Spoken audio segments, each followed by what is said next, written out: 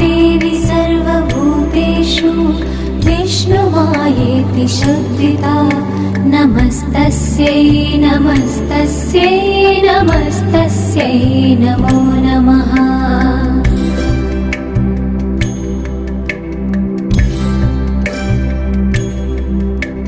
या देवी सर्वभूतेषु चेतनेत्यभिधीयते नमस्तस्यै नमस्तस्यै नमस्तस्यै नमो नमः।